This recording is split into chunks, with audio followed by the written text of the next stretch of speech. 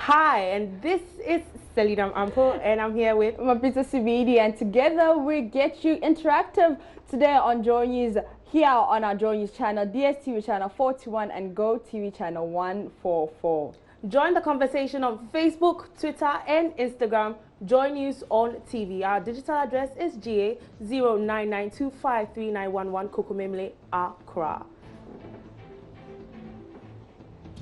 And don't forget to send us WhatsApp messages on our number 055-815-7074. Now, let's start from Parliament, where the lawmakers have deferred the approval process for the service agreement between the government and Zipline International Incorporated for the use of drone technology to deliver blood and other health supplies nationwide. The minority in Parliament is accusing the Vice President Mahamudu Bawumia of fraudulently and criminally inflating the deal with the will allowing the use of drones for the distribution of blood. According to the minority spokesperson on the Finance Council, Ato forcing the company to execute the project, Fly Zipline will be making over 600% profit on the deal. Unfortunately, His Excellency the Vice President is leading Ghana into the path of unrighteousness. The Vice President is leading Ghana to commit ourselves into a deal that will be very woefully to the finances of this country. In fact, he's going to cause financial loss to the state, because clearly the document that has been presented to Parliament is nothing but fraudulent. Fraudulent in the sense that the document, the service agreement that we have reviewed, clearly shows that they are actually asking Zipline, the contractor, to come to Ghana to operate what we call operating lease. Operating lease, but in the end, each distribution center is going to pay $145,000 per month. So per annum, each distribution center is paying $1.7 million per annum for the next 4 years. Now, what they are telling us is that each distribution center is bringing a drone, and actually the cost of the drone is $1 million. I've done a quick analysis and I've looked at the specification of the drone. What we have there clearly indicate that the cost of a drone cannot exceed $100,000. Now, something that is actually costing about $100,000 or less, all of a sudden is being sold to Ghanaians at a cost of $1 million. This is nothing but, it's not even fraud. I think it's criminal.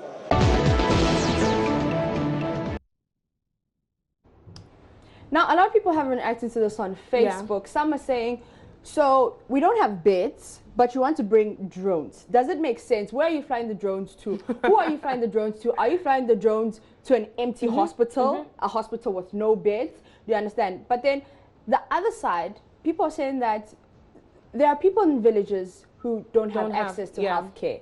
So the drones, it will make sense for the drones to fly whatever health supplies to villages, you know, isolated villages that don't have health care. Yeah. Well, in my opinion, people have said so much on social media about the drones and it's being used to supply drugs, and aside that, in blood to people in rural areas. And people have said so much that, honestly, when you read the comments, you would be surprised. Let's take a look at it. All right, we're going to start with Kwabena Sapong, who says, other countries in Africa and the world are using the drone service. I totally know we won't think about the health of Ghanaians first, but we will use our political colors to give us bad image and records. What a sick country. And we have Murphy Richard Winstall, who said, if you know how samples are transported to Noguchi and other research facilities, you will not even complain about this project. Some ambulances you see on our roads are transporting samples, vaccines, and not human. Let's focus on value for money and not the rhetoric. If your wife or sister has to sit in a car with a suspected meningitis sample and the risk involved for 6 hours to Noguchi, you will think twice before commenting. This one is from Prince, who says, a good initiative, let's support it. Apia Kusi comes with Ghana Airways is collapsed. Black Star Line vessels are no more. What can butterfly drones do? Confidence Toku says, senseless things, see, wait, this will come. People will shoot all in the air and take the drugs away. Zaid Musa says $60 million for drones. Do you know what that money can do our polling health sector? Alvis Ernest comes in to comment and says, okay, so he's asking, do we even have the supplies? What supplies are the drones going to deliver? Paracetamol or prescription forms? Instead of looking into strengthening our health system, we're here talking about non-fight issues. Stock our health facilities with good drugs, medicines to help the village people and stop wasting the taxpayers' money on this so-called technology. We are not there as a country yet. The only supply one could now get from a government facility is paracetamol, accompanied with a prescription form with a tall list of drugs to be brought from the pharmacy. Health insurance is dying, and you are there talking about drones delivering ghost supplies. We need to think again. And we have Papa Abeka Wonche, who says, good idea, but not a top priority and time. Looking at the cash involved, but God always thinks about their party and what they have done, and not whether the country wants it or not. Augustine says, it is a want, not a need. Let's focus on the basic things like equipping our hospitals. And a lot of people on social media are of that idea that let's equip our hospitals first before we think about drones, and let's get ambulances before we think about drones. But let's see what other people are saying. Keep your comments coming on all our social media platforms. It's Joy News on TV. Amedome Yao Kedem says, a good and innovative move, competence at the highest level. And Apia Samuel says, what about buying ambulances instead? Shaking my head.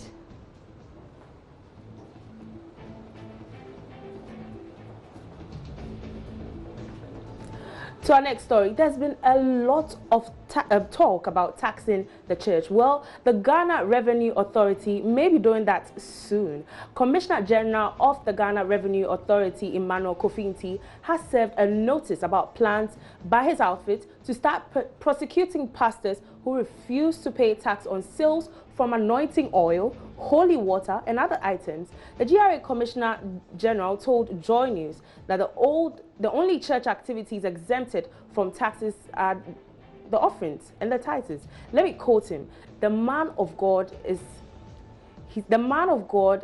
he not an individual, and is he not accountable to the state for his tax obligations? There's an opportunity for us to look at it," he said, refuting suggestions that taxing businesses owned by churches will be met with stiff resistance.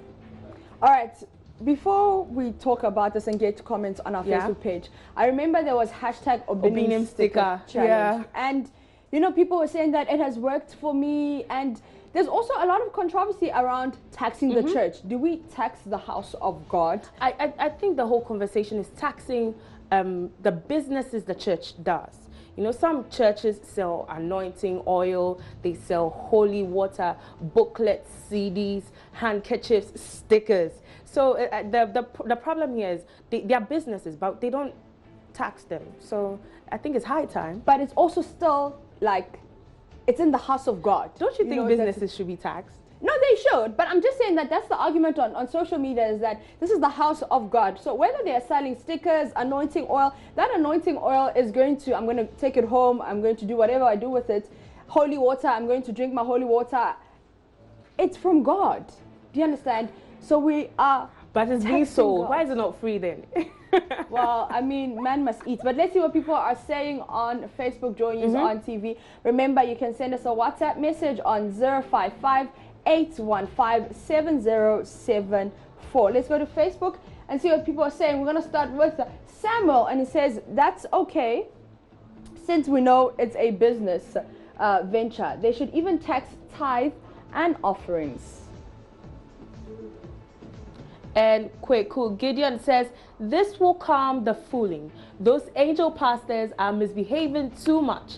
GRA tax them on that too. Their deception is unprecedented, and those gullible congregation, only God can save them from their captivity. Hardy Special Love Shizzle says the institutions are working again. Thank you, Kofinti. And a comment coming from Akoto Ansa Emmanuel, who says they will start bottling engine oil for the sale. The ignorant and illiterate ones will patronize them. GRA should rather ban them from selling in the churches. It is as if they are in bed together. And Kes Perkins says it has even been long overdue. And Brad Danielle says GRA should tax them 400% because the rate of deception for their congregations is unbearable. This nonsense about pastors and anointing and holy water stuff must stop.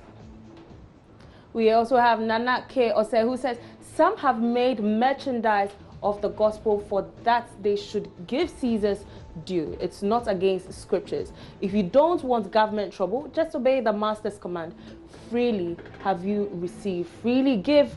But if you merchandise what you give, you must give to Caesar what belongs to Caesar.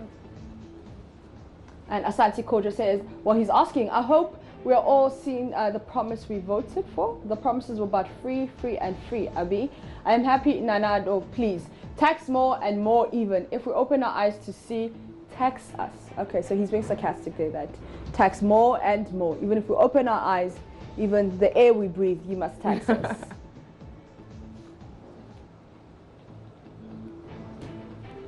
Please take a review.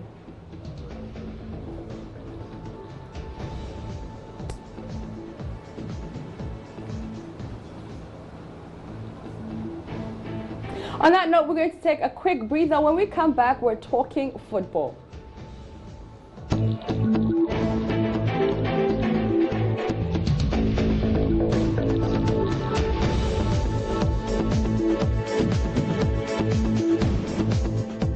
You're still watching JoyNews Interactive with me, Mapita CBD. And Selina Ampo. Remember, on Facebook, Twitter, and Instagram, we're JoyNews on TV. You can send us a WhatsApp message on 055-815-7074. Now, Real Madrid's Luka Modric has won another award. This time it's the Ballon d'Or, and he beat Cristiano Ronaldo to this.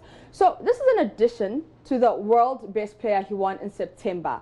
Twitter and Facebook, a lot of people are saying that did he deserve it? But let's watch how it all went down. The 63rd edition of the Ballon d'Or by France Football, which recognises the year's best footballers, was held in Paris and hosted by former France forward David Ginola. The first trophy to be awarded was the inaugural trophy Copa for the best under-21 players, chosen by the 33 former Ballon d'Or winners. And their unanimous choice was France star 19-year-old Kylian Mbappe, whose 4 goals, including one in the final, helped France to World Cup glory in Russia. He also scored 23 times in 35 games for his club Paris Saint-Germain. The night also saw the first awarding of the Ballon d'Or Féminin, and that went to Norwegian striker Ada Hegerberg, who plays for the all-conquering Lyon in Division 1 Féminin. The 23-year-old scored a phenomenal 42 goals in 25 appearances for the 12-time French champions, helping them to their 3rd Champions League title. The evening was in some way a celebration of a triumphant year for French football, and the FIFA World Cup was brought onto the stage. French coach Didier Deschamps and a number of his players were able to get up close and personal once more with the trophy they won in July. Then it was time for the Ballon d'Or to be awarded. Lionel Messi and Cristiano Ronaldo have shared football's most iconic individual prize between them for the past 10 years, and both are among the short list of nominees. Messi, though, was outside the top 3 for the first time in 12 years. He was 5th. The top 4 were Antoine Griezmann of Atletico Madrid and France, his French teammate Mbappe, 5-time winner Ronaldo, and Luka Modric, the driving force behind Croatia's remarkable advance to the World Cup final. And it was no surprise that Modric was the man who strode onto the stage to collect the Ballon d'Or trophy. He became the first Croatian winner, and it was the 17th time that a player from Real Madrid has won the prestigious title. The 33-year-old midfielder paid tribute to his parents who were there in the auditorium. When I was a kid, they sacrificed everything to help me achieve my footballing dreams. They gave me fundamental value of life, and thanks to them, I'm here where I'm standing tonight. Ronaldo was second for the 6th time, Griezmann third, and Mbappe fourth.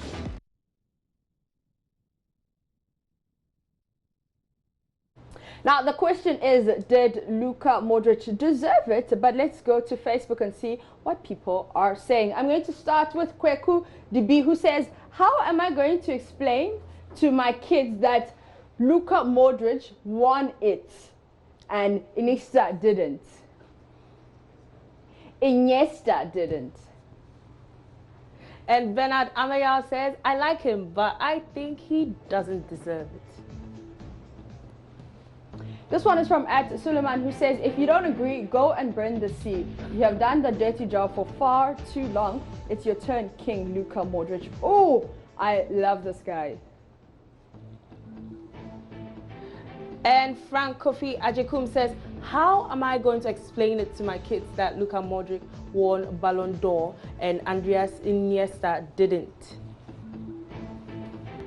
Ibrahim Koppa says, maybe they want to shift it from the traditional holders to him to balance things out and possibly reduce the monotony associated with it. Hagan comes with, we want VAR on this award too. Yusuf Adrusi says, congrats Modric, it's about time. And Ernest says he doesn't deserve it, and he got 3 likes to that comment. Kofi Adams comes with, he deserves it. We are tired of Ronaldo and Lionel Messi. Where Kubil also said, sad day for football. Nana Kwesi says, this is the joke of the year. Richard Muzu says, we need to use VAR for this one. See, a lot of people are disagreeing with Luka Modric winning this because they're saying that it's either Messi or Ronaldo. You understand? So Messi or Ronaldo. And listen, I'm not a football person. I don't really follow football, but I think Messi deserved it. Maybe. Does he deserve it? I don't know. Maybe. In my opinion, I think he deserves it. But you know, there's always been between Messi and Ronaldo. So him winning it, it brings a change. Ronaldo has won it 5 times. Him winning it brings a change, that's all. All right, but it was also trending on Twitter. Let's see what you have been saying about that. Modric was trending on Twitter #1 the last time we checked. So here in our Ghana trends, the first one is Modric. For obvious reasons. The second one is Messi, and the third one is Ronaldo. For obvious reasons. You know, football likes to just take over. You know, when it's the football season, everybody's just talking about it. Football. Yeah, so in the whole of Ghana, our top 3 trends, Ronaldo, Messi, and Modric. So that you know, says a lot about football. But before we go, let's take our video of the day.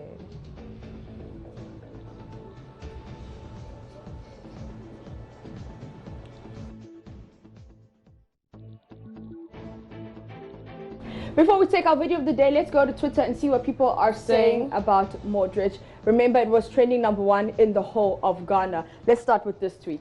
And this is from Mahon, who says, I absolutely agree with Luka Modric winning the Ballon d'Or.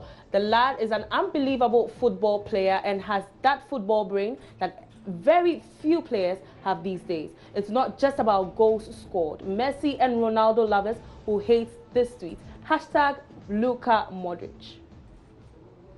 This one is Henry B. Kwabana1, who says, congrats, Senior Modric. Great player in a great year in modern football. And we have Rock Boom, who says, Luka Modric won the Ballon d'Or, hashtag Ballon d'Or 2018 last night. Did he deserve it? And at A. Asim Roy says, what exactly did Modric do that was so special? And we have at Miss Timer, who says, I don't like Ronaldo. I'm a Messi girl. But I got to admit, Ronaldo deserved the Ballon d'Or, not Modric. With a crying emoji.